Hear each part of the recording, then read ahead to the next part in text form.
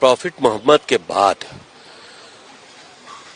पहले खलीफा अबू बकर, दूसरे खलीफा उमर और तीसरे खलीफा उस्मान द्वारा कुरान को कलेक्ट करके और उसको जारी किया गया एक किताबी शक्ल में।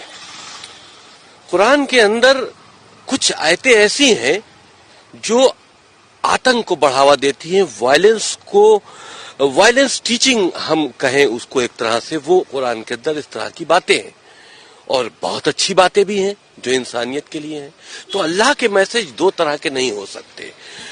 तो ये तीन जो खलीफा थे, इन्होंने ताकत का इस्तेमाल करते हुए कुरान के अंदर अमेंडमेंट करके इस तरह की आयतों को डालकर कुरान शरीफ को दुनिया के लिए जारी किया और उसी का सहारा लेकर पूरी दुनिया में आगे बढ़े हैं ताकत के दम पर इस्लाम को फैलाने के लिए। कोई भी धर्म मोहब्बत से फैलाया जा सकता है, ताकत के दम पर नहीं फैलाया जा सकता। और इस वजह से आज इस्लाम को फैलाने के लिए जो कुरान के अंदर अमेंडमेंट किए गए थे, जो इस तरह के मैसेजेस डाले गए थे, जो वायलेंस को बढ़ा रहे थे, जो जुल्म और ज़्यादती कर रहे थे, आज उसका फायदा आतंकवादी उठा रहे हैं। मदरसों के जरिए आम मुसलमानों के बच्चे उसको पढ़ रहे हैं और उनका जहन जो है वो कट्टरपंथ की तरफ बढ़ रहा है। तो ये बहुत नुकसानदेह, बहुत सी ऐसी बातें हैं जो हमने अपनी पहल में लिखी है, लेकिन क्योंकि अभी हमने पीआईएल दाखिल की है, कोर्ट में पेंडिंग है, वो बातें हम खुलकर नहीं बता सकते। लेकिन हमें उम्मीद है कि ये चीजें कोर्ट को इसमें इंटरफेरेंस करना चाहिए। हमारी देश की सुरक्षा से जुड़ा मामला है। इन 26 आयतें जो वायलेंस की टीचिंग है इस्लाम के अंदर, जो पूरी दुनिया में आतंक का सबब बनी हुई है, इनको कुरान से रिमूव होना चाहिए।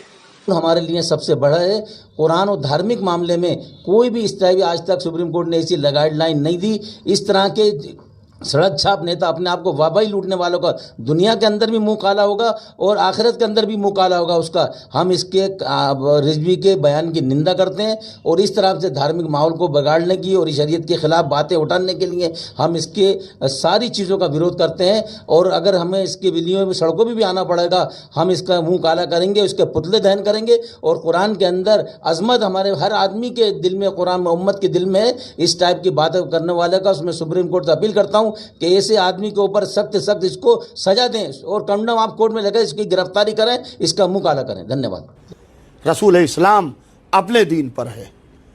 इस्लाम मजहब कतई इसकी इजाज़त नहीं देता है कि तुम किसी को कत्ल कर दो। इस्लाम को बदनाम किया जा रहा है। कुरान पाक तो पैगाम अमन देता है। रसूल तो रहमतुल्लिल आलमीन है। मैं साबिक चेयरमैन शिया सेंट्रल वक्फ बोर्ड उत्तर प्रदेश के इस बयान की भरपूर तरीके से ऑल इंडिया शिया फसला बोर्ड के हवाले से मजम्मत करता हूं।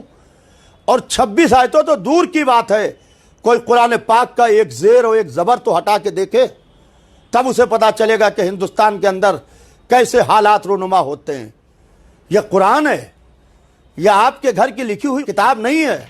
वसीम रिजवी का सुप्रीम कोर्ट में पीआईएल दायर करना देश और इस्लाम के लिए दुर्भाग्यपूर्ण है। वसीम रिजवी का ये पीआईएल के कुरान की 26 आयतों को हटाया जाए, इससे दहशतगर्दी बढ़ती है। ये सिर्फ और सिर्फ लाइमलाइट में रहने के लिए इन्होंने ऐसा किया है। कुरान के एक हरूफ तो छोड़िए, कुरान के में ज़ेरो ज़बर को भी तरमीम नहीं किया जा सकता है। अफसोस की बात है वो किस मुंह से अपने आप को मुसलमान कहता है। मुसलमान कहलाने के लायक भी नहीं है। शिया उलमाए कराम से मैं इल्तिजा करना चाहता हूं कि ईरान इराक के मुजतहिदीन से और मरजा वक्त से फतवा लेके उसको इस्लाम से खारिज करने की कोशिश करें, ताकि हिंदुस्तान में आपसी भाईचारगी बरकरार रखे, वरना ये नफरत की बुनियाद पे राजित करना चाहता है। Subscribe now and press the bell icon. Never miss an update.